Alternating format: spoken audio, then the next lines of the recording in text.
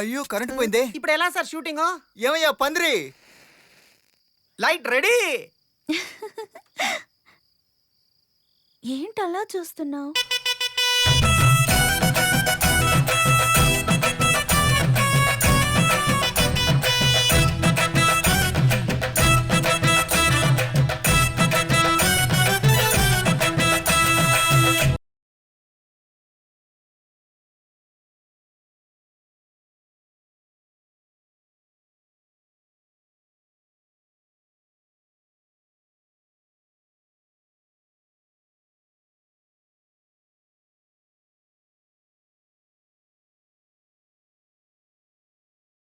Lighting తక్కువ అవుతుంది, అందరూ సరిగ్గా పట్టుకోండి.